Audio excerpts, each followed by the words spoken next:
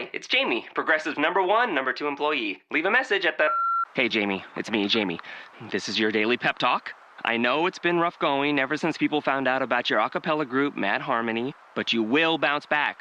I mean, you're the guy always helping people find coverage options with the Name Your Price tool. It should be you giving me the pep talk. Now get out there, hit that high note, and take Mad Harmony all the way to nationals this year! Sorry, it's pitchy. Progressive Casualty Insurance Company and Affiliates. Price and coverage match limited by state law. Crisp all day long. Hi, need a ride? Hop on in. I'm headed to Julia's Trucking Cafe. Come on, let's go.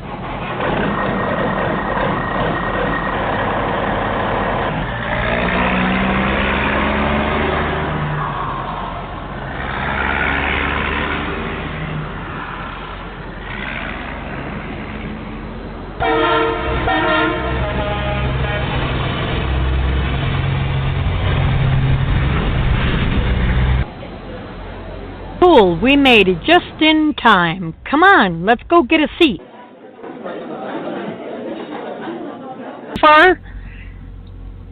Tonight, the show is brought to you by Julia's VA Service, Julia's Virtual Assistant Service. We're broadcasting live from the Petro in West Memphis, Arkansas. It's really cool because of the fact that nobody knows I'm doing this. I have my curtains closed across my windshield, and unless you know what my truck looks like from the picture on the radio show site or from Facebook, nobody knows I'm even doing this in the parking lot, so I'm kind of doing it incognito, so I think it's pretty cool. Tonight we're going to be talking about a variety of things of what's going on in the country. I really have, can I talk? There's one gal that I listen to that's on talk radio, and she's like, can I talk? And another line, I have to do her line going, are you all laughing at me? Anyway, I search and find the latest trucking news because I know y'all are busy and you can't really sit and go on your laptop or want to. You want to eat, you want to relax, you want to watch a movie or something like that. You don't want to have to worry about trying to find what's going on in the trucking industry or what happened or anything like that. So this is a way for you to get the most current trucking news without having to go dig for it. That's my job for you. And, you know, I don't have enough to do in my day driving 10 hours a day, so I decided to open up my own radio show. How about it? Tonight we're going to go through a variety of different articles, and let's get right to it. You know, we all know that the CVSA was just last month, and about 1,085 commercial vehicles were inspected. 3,769 violations were found. If I'm not mistaken, though, I might be quoting 2017 results. I apologize about that. I just noticed that. Oops, my bad. I can't find, I've searched and searched, and I can't find any 2018 results yet. So maybe by next June, the CVSA will come to find out, you know, what the results are. I just found Texas and Rhode Island so far. I can't find anything else. So if anybody out there has any kind of results that they may have found from the different violations from, you know, June, when we had that big safety check, please drop me a line at info@juliastruckingcafe.com or leave a comment on the Facebook page under juliastruckingcafe.com where I could find those results so I can gladly go ahead and tell you guys what the results are. I'd greatly appreciate it because I just can't find it, and I just realized, crud, I grabbed the wrong thing. Oops. So on to the next, let me go ahead and finish this though. Vehicles out of service were 350, drivers put out of service were 107, and the decals issued at past inspections without any incidents or anything were 580. So that's, you know, really pretty good. That was 2017 again. In other news, a semi-truck partially falls off of a freight barge. I've never, in 30 years of being out here, I've never had to take my truck and put it on a barge before. Have any of you? I don't know what that experience would be like, you know? And I apologize for the background noise. I do have my windows open. It is a nice evening out. So some trucks sound like a jet engine going off. But anyway. And again, like all the other shows, the links will be posted on the website in the show notes. So go to Cafe Menu, there's a drop-down menu, and you'll find the show notes, and you can have all the links, and I put it by the title of the show. The Coast Guard was called to rescue people after a semi-truck went partially overboard off of a freight barge in North Carolina. And this happened actually today. At 11:30 this morning. And it was reported about close to 11 o'clock in Brunswick County, North Carolina. A truck partially fell off the U.S. Brandon Randall freight barge into the Cape Fear River near Bald Head. Images from the incident were captured by a Facebook user from the Bald Head Island ferry. The Coast Guard deployed a boat to assist in the rescue of an unknown number of people as a result of the incident. There were no injuries, thank goodness. After the incident, the barge docked at the Deep Point Marina in Southport, North Carolina. It remains unclear why the truck partially fell off of the barge. So that's still under investigation. There again, there's a picture of the barge, and it's the tractor. I don't know. It started forward, if you didn't have, with the rocking of the water or something, that it started just going forward. I don't know. So that was really unusual. I have, on a somber note, today, let's see, it was Friday. My bad, it was Friday. 2 men were killed. 2 truck drivers were killed in Delaware. Let me start again. 2 Delaware men were killed on the Chespeake Bay Bridge Tunnel in Virginia after crashing into a van. They went over the side of the bridge into the water and did not survive. Our thoughts and condolences are with their families. Darnell Hall, and he drives in tandem with his brother, and he usually likes to be in the lead truck. Plus, he's the older sibling. But on Friday, the brothers from Delaware hauled organic compost to Waverly, Virginia. Javron Hall, 32, got in front. Each in their own trucks, they switched places at the toll booth, marking the entrance heading south across the 17-mile Chesapeake Bay Bridge Tunnel. Not until he reached Virginia Beach did Darnell realize his brother didn't make it across. So now he says he feels helpless. They couldn't do anything about what happened during their drive over the bridge. About 6:30, Jevron's tractor-trailer crashed with a van at mile marker 12 on the west side of the bridge, southbound span, sending the truck through the guardrail and into the bay waters beneath. Javon was killed along with his pastor, Christopher Fenner, 29, also of Delaware. 4 people inside the van they weren't hurt, they were okay. Fenner had just chatted with his father on a video call Friday afternoon. He was so happy, his dad said, was reached by the pilot on Monday. He said, "I got to go, I'll call you right back." And I know he passed. Fenner Sr. said his son, who had been engaged for about 5 months, was working for an agency on a temporary assignment. He planned to move down to Raleigh, North Carolina, and live with his father in a matter of weeks. Mr. Fenner Sr. is a Pentecostal minister, and he was about to marry the couple in the fall. Again, our dearest, deepest condolences to Mr. Fenner. The fiancé is as devastated as the dad is, of course.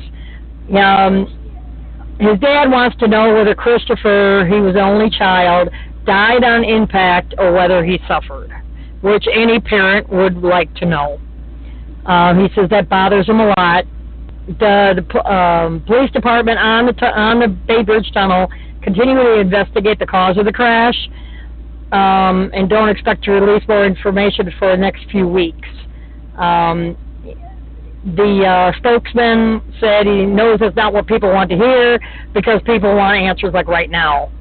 Anderson said investigators are supposed to return to the bridge on Monday to reconstruct the crash scene, but lightning and rain has kept them away. So that was today. It was storming too bad on the bridge today, July 30th, so they couldn't go back out there too, and with winds and everything as well. They always have a lot of high wind warnings on that bridge, and it is a long span. I've been over that bridge plenty of times.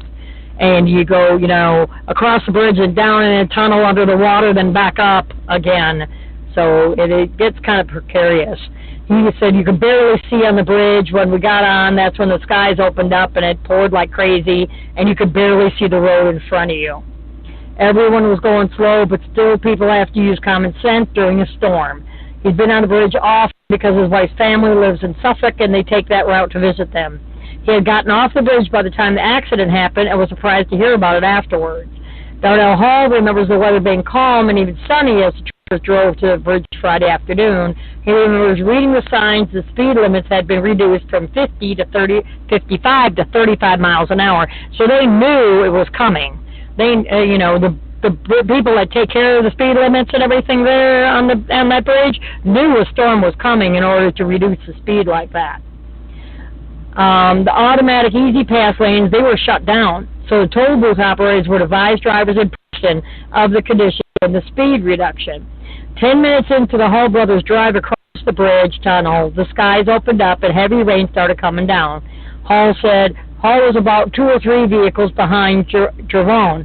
He had a box truck in front of him, so it was hard to see his brother's white tractor trailer. Then traffic started slowing down. He got closer and he could see the damaged van turn sideways on the road, still on its wheels. He could barely drive his truck by. He didn't see or hear the crash. He said the visibility was horrible. He saw a piece of his brother's truck on the road when he drove past the passenger van, but didn't know his truck had gone into the water. When he reached Virginia Beach, he stopped because police were checking trucks. Darnell had been calling his brother's phone. At first it rang, but soon it started going straight to voicemail. He tried calling the boss of their company, who told him the GPS of Jerome's truck was showing him still at a mile marker 12. He is still at the bridge. Hall described his brother as a happy-go-lucky kind of guy who helps other people. He served in the military, he said, and Jerome has a twin brother who is devastated by his death. Fenner's body was recovered that night, while Hall's body was found Sunday morning about 8 miles off of Fisherman's Island. Fenner Sr. waited to hear back from Christopher after the video call ended Friday. Instead, early Saturday morning, he got a call informing him of his son's death. Christopher had started a series of videos on various social media platforms and hoped to expand to a reality TV show. He didn't really have a chance to do that, his dad said. On the bridge, the shoulder lane at the scene of the crash will be closed until permanent repairs can be made to extensive curb and guardrail damage, which is expected to take several days.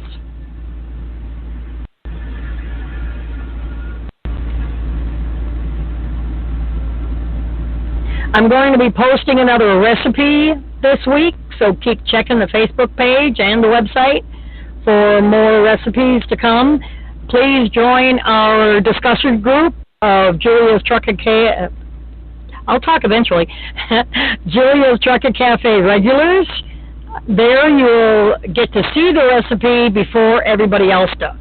So that's kind of a perk in order to, for our discussion group members. Tonight's show is sponsored by Jules Virtual Assistant Service. If you're needing a website transcription or social media marketing, contact Jules Virtual Assistant Service by going to the website of JuliaVAService.com. That's Julia's, V as in Victor, A as in Apple, service.com.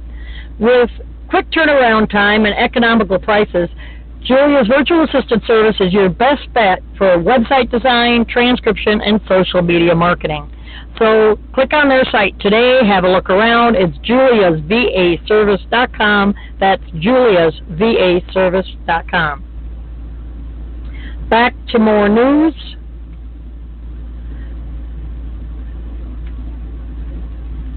The FBI and other law enforcement agencies have arrested North Carolina police chief and his top lieutenant, who are allegedly working at a trucking company when they are supposed to be doing police duties.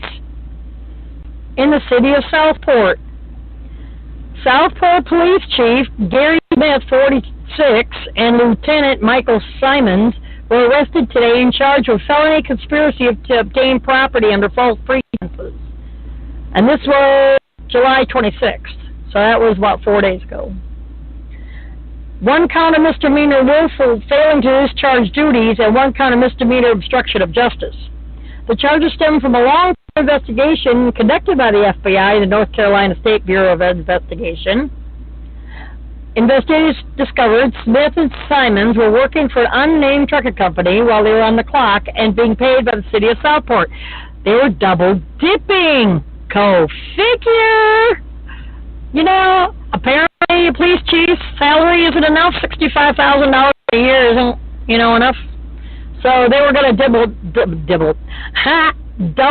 dip. You're laughing at me. I'm sorry, Katie, I'm going to use your vernacular. I'm going to use your term. Are y'all laughing? And so us truck drivers make tons of money, buku money. Everybody's joining Drive the Truck because we make all this money. So they were double dipping. Brunswick County DA John David said while these officers were reportedly on the clock, they were not even in the city of Southport. By the time these allegations were brought to us, they had been going on for a significant amount of time. So they're getting away with it for quite a while. Go figure. With Smith and Simons often out of the city working for the ticket company, Southport Police Department was described as a ghost ship. The Ghost Light. No, that's not the right one. That was off Cars, wasn't it? The Ghost Light. Anyway, with no one directing lower-ranking police officers. So they were just letting the, little rookies and the lower officers and stuff just run amok while they're traipsing around God knows where, driving a truck while they're supposed to be on duty. As part of the investigation, the entire Southport Police Department was placed on paid administrative leave. The Brunswick County Sheriff's Office will take over policing duties inside of Southport for the time being. Smith is being held in jail without bail. So the entire police department was placed on administrative leave. David noted it's not unusual that a police officer would have a second job. However, this was a dereliction of duties that really caused concern. Smith earned a salary of $65,546.21 this year from the city of Southport. He has worked in law enforcement for more than 20 years. So he's a veteran. I'll talk yet. Can I talk? A veteran in law enforcement for over 20 years, and then he's going to screw it up. I just don't get it. Now, Illinois troopers, in other news, Illinois troopers are riding in semi-trucks to catch car drivers making poor decisions. This was as of the 25th. Let me look at my calendar real fast. This article was written last week, Wednesday, so I'm a little behind, sorry.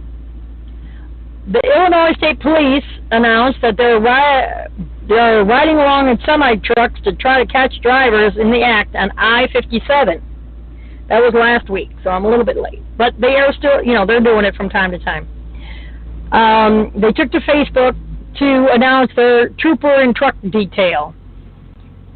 As you read this, they say there's an ISP trooper, Illinois Patrol trooper, riding in a truck, tractor, semi-trailer combination up and down the interstate, observing poor decisions being made by drivers near commercial motor vehicles. Excuse me. Many drivers along our entire region learned a painful lesson last summer as we saw numerous crashes claim lives, cause injury, destroy property, and cause lengthy, unnecessary traffic backups. When commercial motor vehicles are involved in a crash, a large amount of energy is delivered into that event. This detail is another component in our continuing fight against the poor decisions that are impacting the roadways of our area. By actively seeking out violations via semis and educational efforts such as this post, we hope to reduce the number of crashes involving CMVs, thus saving lives. Will you join us by making good decisions behind the wheel of your vehicle? Not in Illinois. I hope so. I hope this works, but not in Illinois. Several other states also have troopers ride along in semi-trucks to let officers get a glimpse of what truckers see every day. And you know who's going to be doing it? FCC, Walmart, Schneider, all the big names, you know, because they're perfect drivers. They don't do nothing wrong. They don't go with us owner-operators or lease purchase drivers that really know what the hell's going on. They go in trucks that are 62 miles an hour. Always wear your seatbelt, you know, this kind of stuff.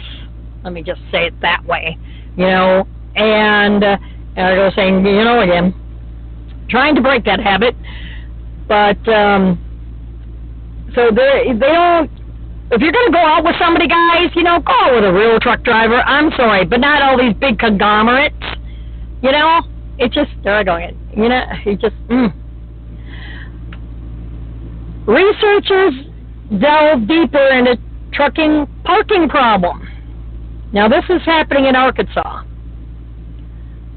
This was wrote yesterday, Sunday. So new research is underway regarding one of the transportation industry's most prevalent concerns, the lack of safe and available parking. The University of Arkansas Civil Engineering Assistant Professor Sarah Hernandez is involved in the study about the use of intelligent transportation systems like sensing technologies to detect and characterize truck traffic. And we thought Big Brother was watching. Apparently Big Sister is watching us now too. As a part of that study, Hernandez has been researching the parking problem for the past 2 years.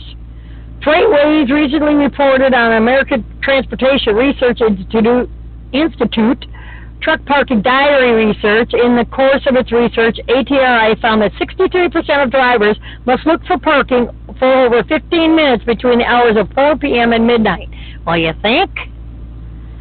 ATRI's research also found that drivers sacrifice an average of 56 minutes of potential driving time per day by parking earlier than they would otherwise need to in order to secure a spot.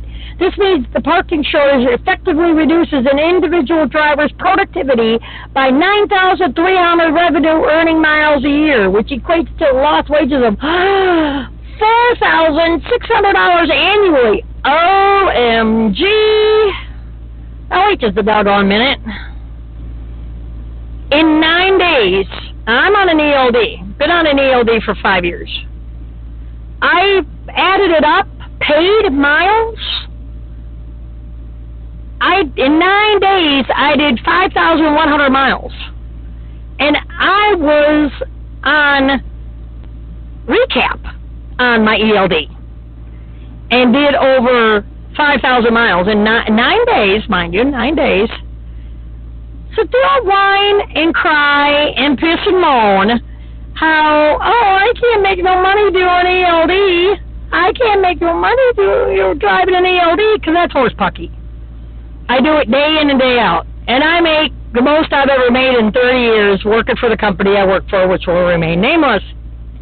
And that's just because I don't want to promote one company over another. But Hernandez, getting back to the article, Hernandez is using raw truck GPS data from ATRI, information from the Arkansas DOT, and her own network of truck parking facilities to figure out the scope of the parking problem in Arkansas, the state that houses both Walmart and Tyson Foods. Hernandez uses this data to infer whether the truck was driving or sitting still when the data was collected, based on the characteristics of the GPS pings while travel time and the distance between consecutive pings. So moving from place to place, she could tell. She then overlays that with a map of the truck parking facilities she helped develop using geospatial technologies. The map includes public and private truck stops as well as larger parking lots along the interstate that may belong to a Walmart, Target, or Lowe's. If we overlay them together, she says, we can look at things like how many trucks are parked at that facility by the time of day and how long each one spent there. We can determine when they get overcrowded. Ultimately, then we get booted out that we can't park there anymore. You know? So it just amazes me. Ultimately, Hernandez's research would allow her to tell where overcrowding occurs and predict when it will happen.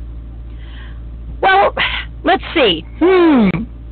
By 10 o'clock at night, there is no parking. All she's got to do is call me and ask me. Hopefully, if she's listening to this show, all she has to do is call me and ask me. By 10, 11 o'clock at night, you're not going to find a parking spot. And even the paid parking reserves are full as well. So, I mean, it doesn't... She's doing all this data and everything. Don't take a rocket scientist. Apparently, I'm going to have to call her and talk to her. Even with the GPS data from ATRI, her truck parking network, Hernandez knows she may not be getting the full picture. That is where information collected by the DOT comes into play. She says there are some tricks in there because the GPS data sample is still a sample. It's about 10 to 15% of all of the trucks. So we have a little bit of finagling to figure out the true volume of the trucks. In Arkansas, our state DOT has been performing manual overnight truck parking study. We have that data to compare to our data, which gives us a unique thing to play with and learn about truck parking. Like I said, Ms. Hernandez, all you got to do is call me, look me up on Facebook, get a hold of me. I can tell you what's going on out here. After 30 years of being out here, why don't you start talking to some of us old veterans? We'll tell you exactly what's going on. You know? So I just don't get it. So now I want to take a moment and I want to read from Jaworski's ubiquitous poetry and motivational quotes, just to kind of break up the show just a little bit. Tonight's going to be my inspiration. Where the rain pours loudly and the skies get cloudy, your inner light still glows. Stick your chest out proudly and move forward. When you're down and out and you're surrounded by darkness, with one look up, here is my hand. I will help you up. Walk with dignity. Learn from your mistakes. Expand your understanding. See your goals and keep straight. There is always a way to alleviate the heavy weight. So believe. Remain strong. Be godly. Keep faith. Believe in yourself. There are endless possibilities to the things you can do. It's amazing how much you can accomplish being you. Together we must continue. Beside you I will stand. The power is within you, my inspiration. He has a lot of good poetry in the book that he gave me, so I try to remember to at least read one of his every week, just to kind of break up the heaviness. I'm trying to do different things with the show, to try to make it funny, to try to be upbeat. Days is kind of hard, you know, but this is also very serious subject. You know, it's not, you know, comedy hour or anything. Trucking is a serious business. There is a lot of talk shows and everything out there. I try to, there again, mix it up for everybody. And also I want to remind everybody that the federal heavy vehicle road tax is due the end of August. So if you're an owner-operator listening to the show, if you're a lease purchase operator, and you're paying on your truck through a company, make sure that they file either anytime in the upcoming weeks your heavy road use tax, Form 2290, and needs to be filed by August 31st. That's a tax that everybody has to pay for using the highways across the country with a heavy use vehicle. And for our headlining story tonight, what I wanted to make everybody aware of is to make sure you're guarding your data and your identity, and take special precaution while on the road to prevent identity theft. Scott Reed was an owner-operator at the time, and he was pulled over by a sheriff's deputy, and after the deputy ran his license, the officer told him he had 8 outstanding warrants for his arrest. And Scott says in this article, and it'll be in the show notes, that the news to him was quite a shock. He said he's now working as an independent dispatcher and also a radio show host. I'd like him to be on the show, and maybe I could be on his show. That would be kind of cool, huh? He said, I told the officer that I can't even think of 8 things I've done to get warrants. That wasn't the only discrepancy. The warrants were issued for a man described as 5 feet 10, 130 pounds, with blue eyes and light brown hair. Reed is 6'2", about 400 pounds, with brown eyes and black hair. 4 years later, Reed continues to recover from the identity theft. From all he's learned about a situation, he thinks the stolen personal identity was passed to more than one person. And that's what normally happens. They sell your identity, Facebook does, Verizon does, a lot of cellular data does. They sell your identity, they sell, your information about you, which should be illegal. It's supposed to be private. And once you sign up for their apps and stuff, your stuff is out there. And those 8 warrants were issued in at least 6 different states. The thieves used his identity to buy 2 new cars, cash checks for upwards of $6,000, among other things. Let you know, anything over $2,000 is a felony. I know from personal experience, and I'll get to my experience here in a second. So a lot of things happened to him in a very short period of time, he says. Unfortunately, it's taken a very long time to straighten it out.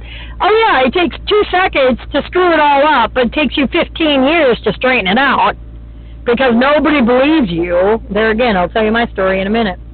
While his credit rating is recovering slowly, a credit card company still claims he owes over $8,000. He said, talking to his banker, she tells him it's going to take a couple of years to get back to where he was. Who's not sure his information wasn't stolen, how his information was stolen. As Reed's case shows, truckers are vulnerable not only to financial loss and a trash credit rating from identity theft, but also legal complications that can threaten their livelihood. They're also at more risk of having personal data compromised than most people because they're constant traveling. So you never know who's done it, So there are dozens of ways that people can get your identity.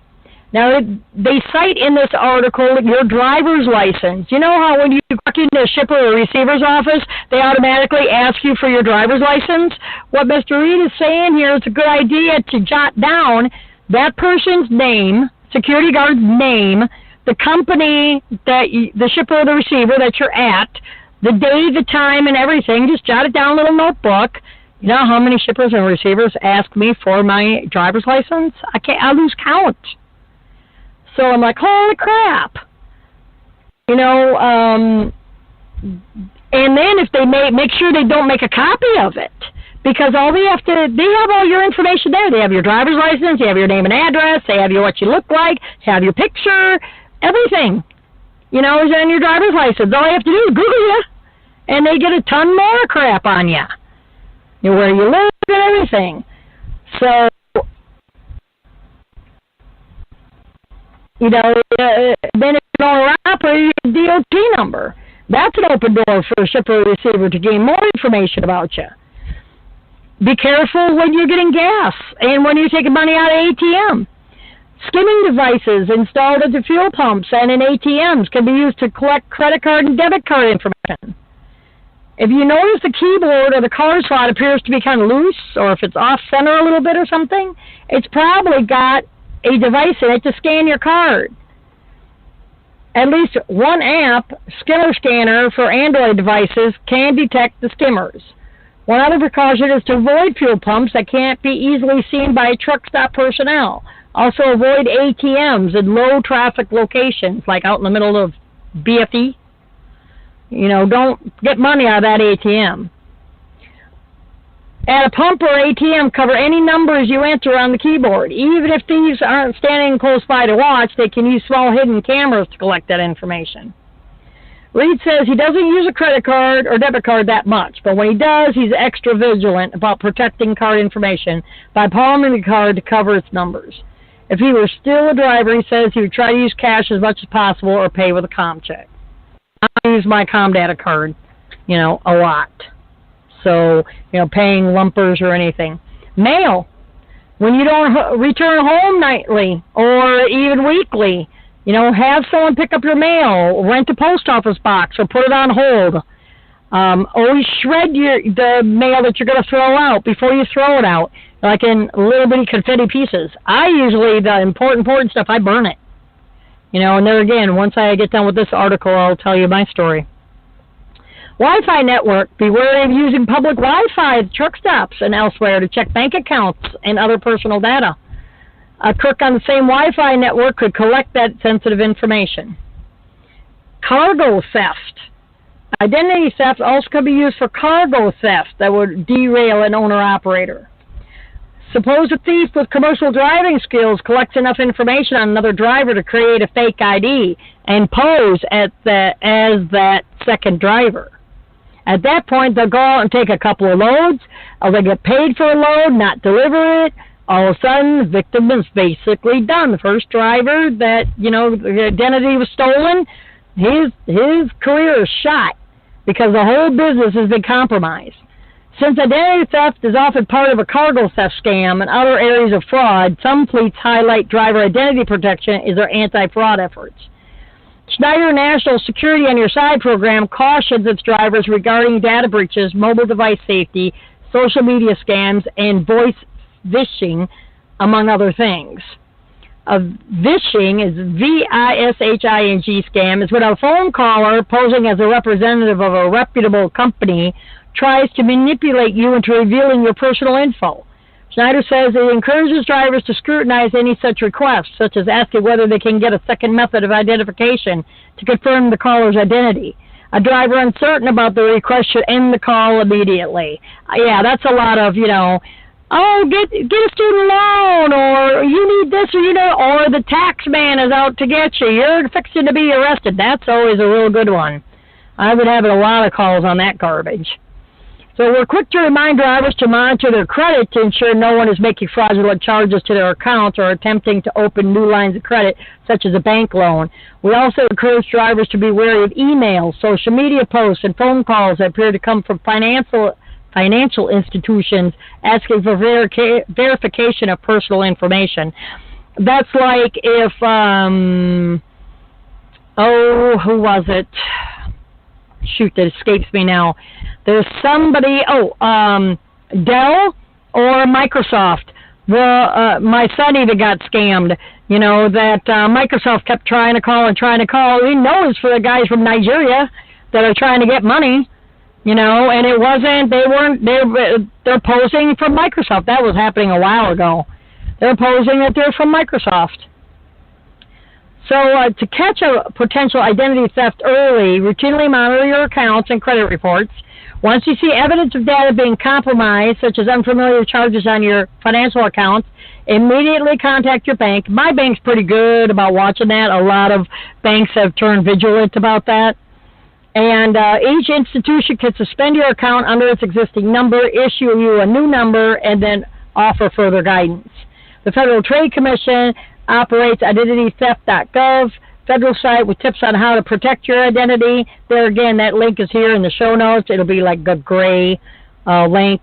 You can report information about your identity theft on that site, and we'll use that information to provide you with a free personalized recovery plan. And that also gives you the hotline number here. There is more information about receiving fraud alerts and everything else in this article here. So, again, this will be on the show notes, under the show notes, and with the, under the website. In my particular case, I told you I was going to go ahead and talk to you about my case. I moved out of a house my mother had, and in southern Mississippi. But I left some boxes there, and that was my bad. I'll take full credit for it. And I forgot even what was in the boxes at the time of the move. But apparently in those boxes were old checking accounts, checkbooks from old checking accounts and an old expired ID. Well, someone broke into the house, ransacked the boxes, didn't take the checkbook from Tennessee that I had in there, but took the checkbook on a closed account, and the bank was sold, and took my previous ID from my first marriage, now like I'm 2 marriages later, and I didn't even look the same, bought $6,400 worth of furniture, went to Lowe's and spent $400 at Lowe's.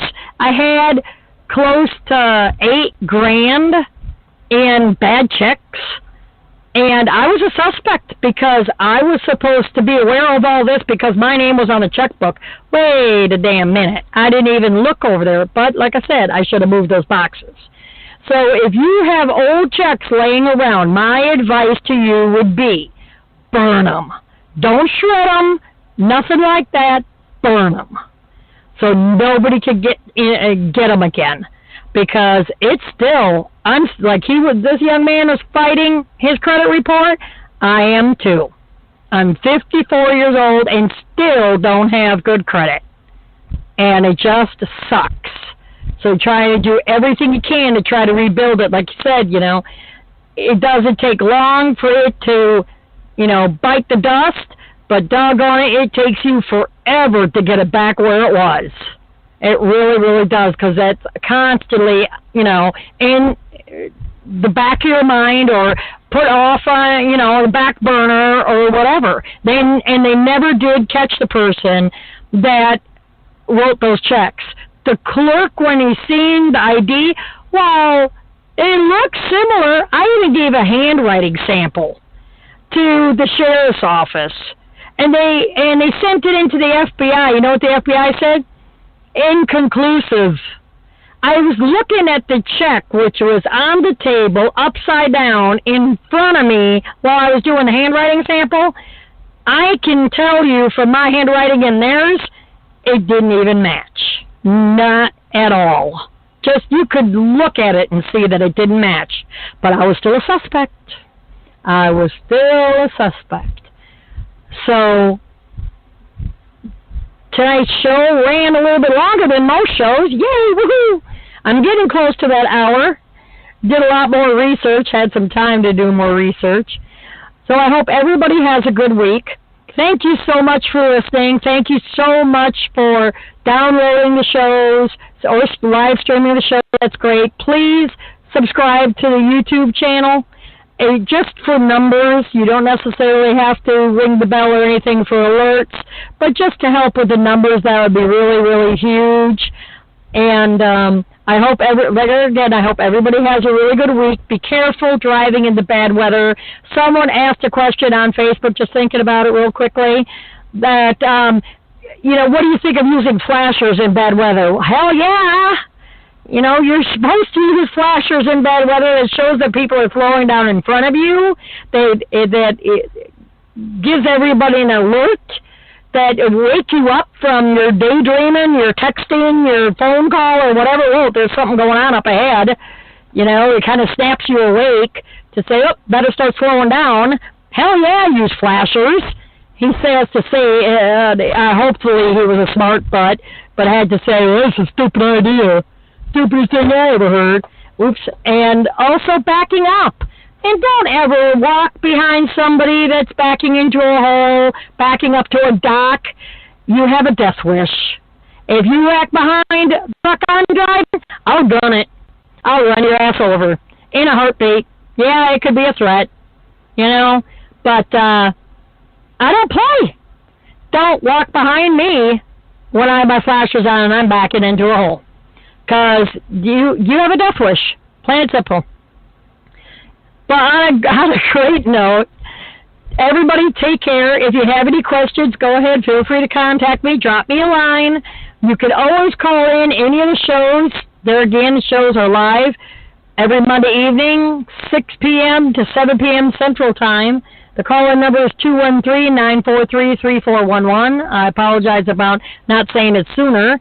But normally the call-in number is 213-943-3411. Again, thank you each and everybody for listening in, tuning in, and please keep the shiny side up. And until next week, you all have a very blessed and safe week.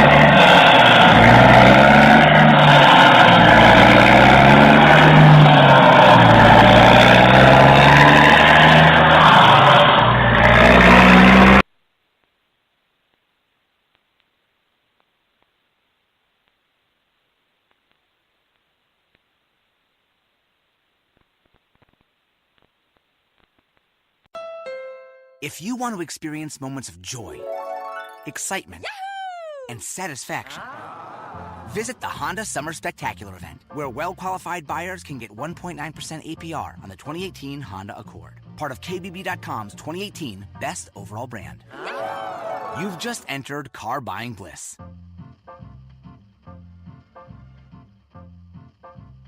See dealer for financing details based on 2018 brand image awards from Kelley Blue Book. Visit KBB.com for information. The Starlight Lounge presents an evening with the Progressive Box. Oh, what a great audience. Let's dim the lights for this next one. Nope, too much. There it is.